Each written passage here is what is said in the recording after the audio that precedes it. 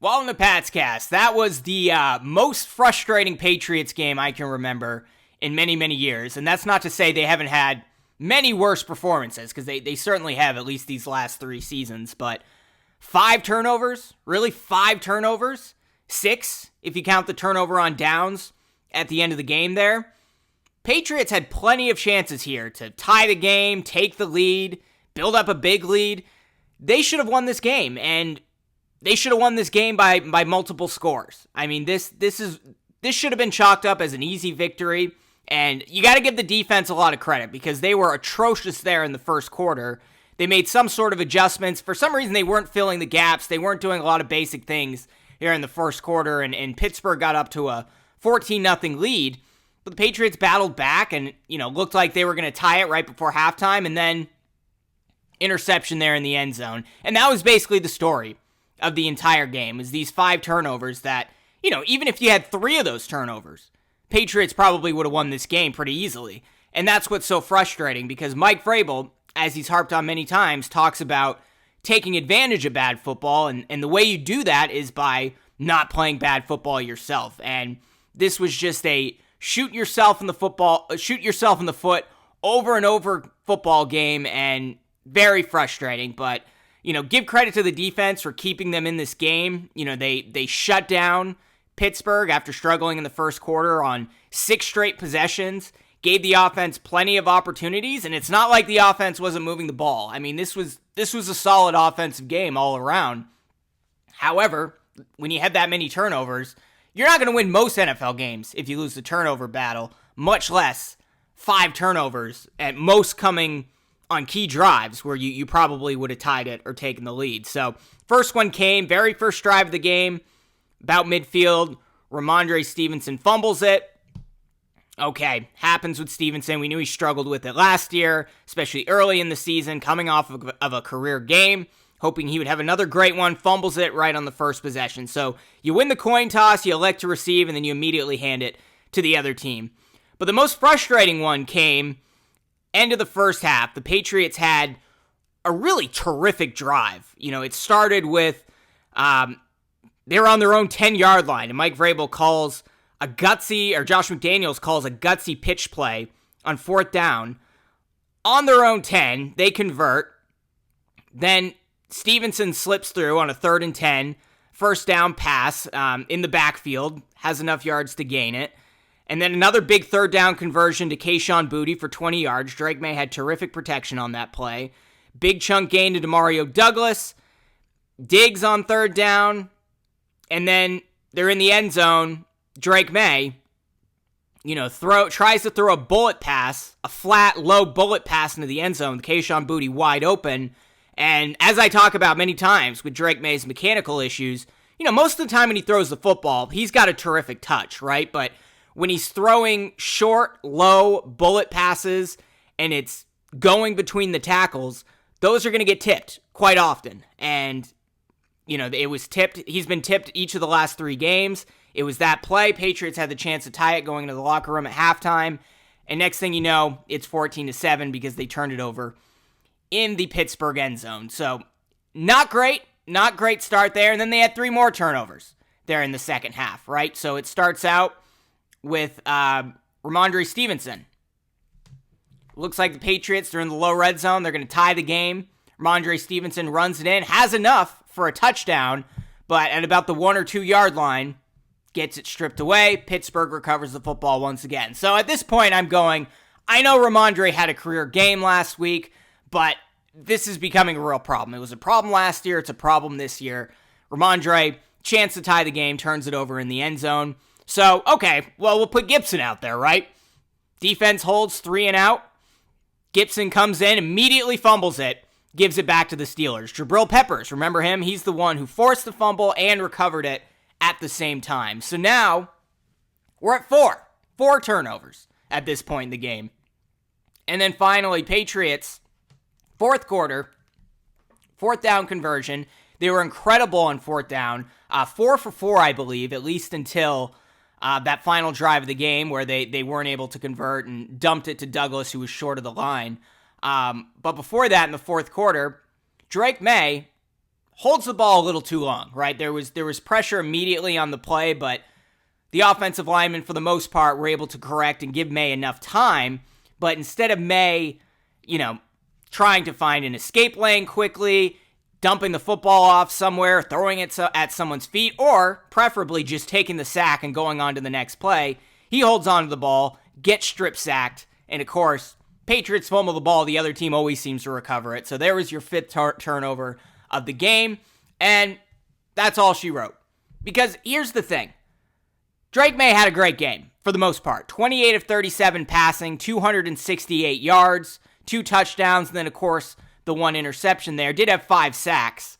So I would say this was a shaky game for the offensive line, although there were some plays out there where they gave Drake May plenty of time to hold on to the football. But let's look at these drives, okay? So here you have first quarter. I'm not going to say that would have been a scoring drive, right? Let's just pretend the Patriots got field goals, right, on these drives where it looked like they were going to score. So Stevenson fumbles it early in the game. It's too early to say whether or not they're going to score, so I'm not going to count that against them. Then, of course, you have the interception in the end zone. I'm going to count that as 7 points. Patriots should have had an additional 7 on that throw to Booty that was tipped and turned over there. So that should have been 21 points. Then, of course, you have Ramondre Stevenson fumbling the ball into the end zone with Pittsburgh recovering it. That should have been 28 points. And then Drake May's, Antonio Gibson fumbled it, but at that point, I'm not sure they were in scoring position, so I won't count that. But then, of course, Drake May gets strip sacked there in the fourth quarter when they were in field goal range. So the final score of this game, conservatively, should have been 31-21 Patriots. That's what the final score of this game should have been. Had they converted on that throw before halftime that was tipped, intercepted, had Ramondre Stevenson held the ball for half a second longer as he crossed the line to the end zone, and if Drake May had just taken a sack instead of being strip sacked and trying to play hero ball there in the fourth quarter, it should have been 31-21. But let's just say all 3 of those were field goals instead, right? They weren't able to convert. They were field goals. That should have still been 23-21, another victory for the Patriots. And again, 2 of those plays should have been touchdowns. So this was an easy win. This was an easy win for this team, and they shot themselves in the foot over and over again. And, the buttoned up, hold on to the football culture that Mike Vrabel is trying to bring in, it's not working, at least so far. It clearly isn't. And look, ball security was there last week against Miami, which is saying a lot. In 90-degree weather, 100% humidity, holding on to the football. But then you come back home, and I'm sorry, as a Patriot fan, I associate Gillette Stadium now with losing, which is wild. I see they're a much better road team. They've been that way for the last few years than they have been at home. And for some reason, they can't hold on to the football at home. So many penalties. I think they had 6 penalties there, at least in the first half. Many coming on defense on that first drive where Pittsburgh took an immediate 7-0 lead. They just need to play not even smart football, just not dumb football. 2 hands on the ball, hold on to it. I don't know how Ramondre Stevenson hasn't fixed this at this point in his career.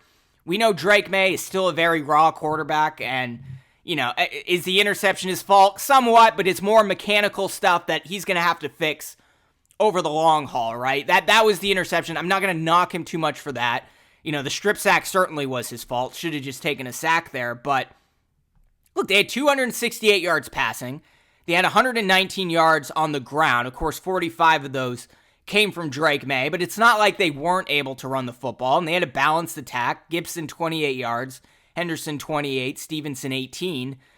But overall, an easy win turns into an embarrassing loss by the Patriots, and we got to see a better performance. But again, I'm going to give a lot of credit to the defense for, I thought this was going to be another shootout game with the way Pittsburgh started on offense. They made the right adjustments and really made life difficult for Aaron Rodgers, especially Harold Landry there, especially Robert Spillane, who had a real comeback game after struggling the first couple weeks of the season. Spillane finished the game with 15 tackles. 15 tackles. That's pretty incredible. Now, does it hurt not having Christian Gonzalez out there? Of course it does. DK Metcalf had a touchdown reception on a fade there early in the game that I'm really not sure would have happened if Gonzalez was covering him instead of Carlton Davis. Love Carlton Davis, but it's much better to have Davis against your twos than going against your best receiver, as we've seen the last 3 weeks. But look, for the most part, the defense shut them down. They really prevented Pittsburgh from running the football. Only 63 yards on the ground total. 47 of those came from Jaylen Warren. The other 16 came from Kenneth Gainwell. And most of that came early in the game and on that final drive where Pittsburgh ultimately took the lead. But, I was really worried about the defense, and after watching that first quarter, I was expecting to come into this podcast just saying, look, the offense isn't the issue, it's the defense. But the D played fine. They really did. 21 points overall. 14 of those, of course, came off of turnovers. So you're not going to knock the defense too much for that. They weren't able to pick up any sacks, unfortunately, so that wasn't great. But, they were still getting a lot of pressure on Aaron Rodgers. Nearly had a strip sack where they would have gotten the ball in the low red zone, but there was a penalty on the play that didn't happen, and Pittsburgh recovered it anyways. But overall, I think the defense is heading in the right direction. Hopefully they stay healthy. Hopefully next week, considering Christian Gonzalez was limited in practice this week, he'll be back next week in the Carolina game, and they'll take another step forward. But again, this is not about the defense. This is about the offense being productive, but continuing to cough up the football. Drake May, look, overall, I think this was a positive game for Drake May, despite the interception, despite the strip sack. We know those things are going to happen, especially early in his career. So I'm not going to knock May as much as I'm going to knock Ramondre Stevenson, the veteran running back, turning it over twice, or Antonio Gibson, another veteran running back, turning the football over. But you got to protect the ball. Remember that play last week on the wheel route throw to Ramondre Stevenson. Drake May stepped up into the pocket, tucked the football into his chest so the defense couldn't get their hands on it, and then was able to deliver a perfect ball to Stevenson downfield, which was kind of the turning point play that won the game for them. He didn't seem to have those same instincts this week in terms of protecting the football, at least on that one play that he was strip sacked on. But again, I'm not going to be too hard on May. 37 passing attempts, 28 completions. At one point, I think he had like 13, 14, or 15 completions in a row. Really spreading the ball around.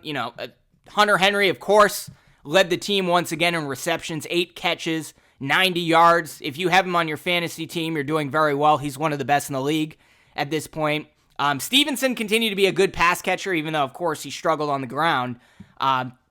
Second on the team with 3 catches and 38 yards passing. Mac Hollins looked pretty good out there. Really effective blocker. Thought this was a good game for him. He had 4 catches, but Hooper had 2, Booty had 2, Diggs had 3, Travion Henderson had 3, Kyle Williams had a catch at one point. I'd love to see him out there a little bit more. And then Demario Douglas, again, not the Douglas that we were expecting, at least early in the season, considering he was probably the best receiver, at least the most consistent receiver throughout training camp.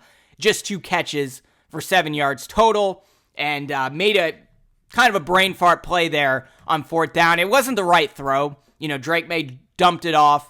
Nobody seemed to be open downfield. Dumped it to Douglas, who was about a yard short of the first down, and Douglas just isn't big or physical enough to plow through 2 defenders, like, say, if you had thrown that ball to Kayshon Boutte. So he took a step back and tried to make a play of it, and the defense caught up to him, and that was the ball game. So Douglas has been really disappointing, and I don't know if I'm quite ready to say, like, he shouldn't be out there, but you have this guy named Efton Chisholm who was clearly your best player throughout the preseason. Very impactful, high-volume guy throughout training camp, although he was playing with Josh Dobbs and the twos the entire time. He made the team for a reason, and he's a guy who can separate. He knows the playbook very well, despite him being a rookie, an undrafted guy. I'm not saying you start Efton Chisholm over Demario Douglas at this point, but you got to get him on that active roster heading into week 4 and have him and Douglas swap out from time to time and just see if you get a little bit more productive with him out there so you can figure that out. We all got excited when Josh McDaniels became the offensive coordinator because it was like, all right, we know what Josh McDaniels can do with these slot receivers. Demario Douglas is the perfect slot receiver for McDaniels. And he had a touchdown week 1, but that was his only catch of the game. Struggled again last week, and this week only 2 catches. And because of his size limitations, was unable to push forward for that fourth down, first down at the end of the game. And that was all she wrote. So I'd love to see Chisholm back out there for the first time next week, because he hasn't been active since the start of the season. So hopefully we'll get a little bit more, and a little bit more at Kyle Williams as well, because you need guys who can separate downfield. And Stephon Diggs can separate, but of course he's coming off of an ACL. Mac Hollins is more of a physical blocking wide receiver who can make tough catches. Kayshon Boutte, more of a physical X receiver who can make tough catches. And then you have 2 tight ends. Your most productive receiver is Hunter Henry, who nearly left the game with an injury. You need guys that can separate. And Kyle Williams has speed that you don't have in other places. He can separate. And Efton Chisholm, not the fastest, but one of the quickest on the team. He can. Got to start mixing these guys in a little bit more. And I think that was a mistake, at least not having Chisholm out there once again. I'm saying that now for the 3rd week in a row. So hopefully they can start to make those adjustments. The running backs, I mean, am I ready to give up on Ramondre Stevenson? No, because he is becoming a very versatile back, right? Again, he was 2nd on the team today in receiving yards, led the team last week in receiving yards, in addition to having, I think, almost 100 yards or 100 plus yards on the ground. Career game for Stevenson, and he was still contributing once again today, but if you can't hold on to the football, you're just a liability out there. So I'm not saying let's cut Stevenson at this point, but man, they just 2 hands on the football. It's fundamental stuff, and they can't do it. Gibson was also very effective out there. Did have a fumble himself, which Pittsburgh recovered. You know, maybe they go a little bit more with Gibson next week, but I'm not sure there's enough here to change it unless Stevenson continues to turn the football over. But then you have Travion Henderson, who, I'm not going to lie, has been a bit of a disappointment. I think he was drafted in like the 6th or 7th round in my fantasy league. Not by me, because I'm not going to draft any Patriots players in a Josh McDaniels offense. But Travion Henderson was expected to be, I certainly was arguing that he should be your starting running back and be in on 3 downs occasionally. But knowing Josh McDaniels' offense, they'll mix him in a little bit. But I'm not seeing that burst, that acceleration that we saw in the preseason from Henderson. Maybe a lot of it has to do with him being out there against starting legit NFL defensive players, but the blocking isn't there like it should be. He's not getting extra yardage after contact like he was during the preseason. And frankly, he just seems a little bit slower. So I'm not going to give up on Travion Henderson, but you had a point there in the game where Stevenson fumbled it twice, Gibson fumbled it once, so Vrabel or McDaniels, whoever made that decision, just said, all right, we're going to run it with Travion Henderson for a little while, and he wasn't able to really do all that much. His longest carry was 5 yards. He had 11 carries, which led the team, but only was able to rack up 28 yards. So, look, they have a great running back room, let's be honest. Henderson, Gibson, Stevenson, that's one of the best in the league. It really is. But if you turn the football over, it doesn't really matter. So, you still run it with those guys, see what ends up happening. But this was such a frustrating game. Again, and I'm being conservative about this. Touchdown there on the Boutte throw that was intercepted. Touchdown there from Ramondre Stevenson where he fumbled the football. And a field goal there where Drake May was strip sacked. I think the Patriots should have won this game 31-21, running away with an easy victory and saying, we made some mistakes. We have a lot of things to correct. But overall, we came out with the victory because we were the better team. And I think they were the better team. They were the better team defensively. They were the better team offensively. Aaron Rodgers, only 16 of 23 passing for 139 yards, 2 touchdowns through a really bad interception to Robert Spillane. Just didn't see him there, and Spillane ran it back near the end zone. That was the first play coming out of not the first play, but the first possession coming out of out of halftime. And then, of course, Stevenson coughs it up in the end zone. So, yeah, very frustrating game. And if there's anything else to be frustrated about, it's that they're going up against the Carolina Panthers next week, which we all chalked up as should be not just a winnable game, but potentially an easy win for the Patriots. Well, they just won 30-0 against the Atlanta Falcons. 30-0 against Atlanta. An Atlanta team who, if you listen to my last podcast, I was saying might be pretty good. That November game in New England's going to be tough against Atlanta. They go into Minnesota last week, Monday Night Football, pick up a hard-fought victory against Kevin O'Connell's offense, held them out of the end zone the entire game. They put up an egg, 30-0 against the Carolina Panthers, who are now seemingly red hot, heading into Foxborough next week. And now we're talking about, I was talking about they could start 3-1. They should be 2-1 right now. They could drop to 1-3 now because Carolina seems to have something going for them a little bit. So very, very frustrating game. Overall, the turnovers, six turnovers if you count the turnover on downs. Defense really bounced back, but I think Pittsburgh made a lot of adjustments there in that fourth quarter drive where they took the lead. They started passing a little bit more on first down, getting some more chunk plays downfield, and it looked a little bit more like the defense in the first quarter. But for the most part, the defense looked pretty good out there. Hunter Henry, an excellent game. Robert Spillane, captain-level play, as we were expecting.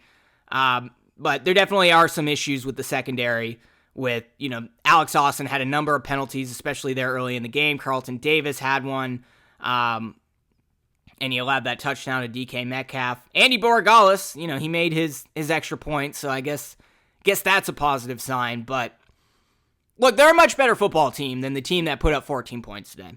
Let's be honest. They should have more than doubled their point total today. As I said, it should have been 31-21 victory for the Patriots. They weren't able to come away with it because they coughed up the football 5 times, and they have to clean that up. They have to clean up the penalties. I heard Mike Vrabel on WEEI earlier this week.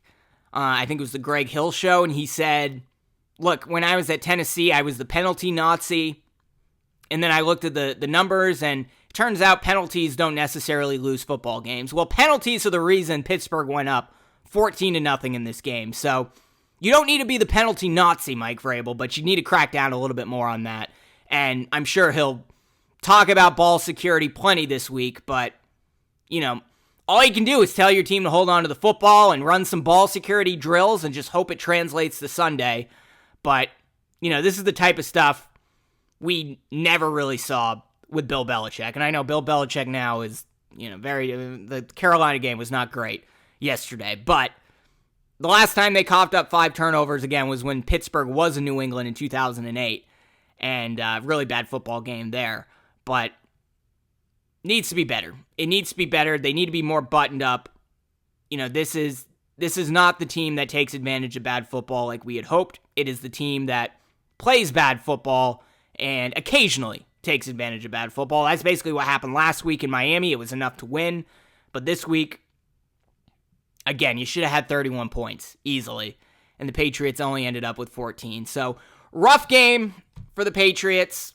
I'm not worried about Drake May long term. I think it was a good game for him. I think the offensive line, they struggled at times today. There was a time when Wilson and Campbell were unable to pick up on a stunt, which May was sacked on. But, there weren't many of those, right? So I think the O-line is better than expected. I think the receiving core, Diggs is not, putting up 100-yard games by any means, but the receiving core, they're spreading the football around. They're taking advantage of tight ends. They have good running backs. May looks decent. They should be putting up more than 14 points. But, again, you're not going to do that turning over the football 5 times. And, look, I love the adjustments the defense made in the second half last week, running a little bit of zone. Whatever adjustments they made after the first quarter this week looked very good. I think they're heading in the right direction, especially if they get Christian Gonzalez back. So let's not write off this team, right? This was just one of those bad, shoot yourself in the foot type games. The Patriots have an extremely easy schedule. Really, their only tough games are Buffalo twice, Baltimore once, and maybe Tampa once on the road. Every other game should be very winnable for this team. So, they are 1-2 right now, but have a chance here to start racking up some victories if they can prevent some of these boneheaded mistakes, of which there were many today. So, I don't know. If you're watching on YouTube, let me know in the comments, are you still hopeful about this team? Understanding that it was a productive day, but the turnovers really cost them. Like, do you think this team can start to pile up some wins at some point? Curious to hear from you in the comments. And if you're watching on YouTube and you like this video, be sure to smash that like button. Subscribe to this channel, hit that notification bell, or subscribe if you're listening on Apple Podcasts or Spotify. We'll be back throughout the week with more New England Patriots coverage.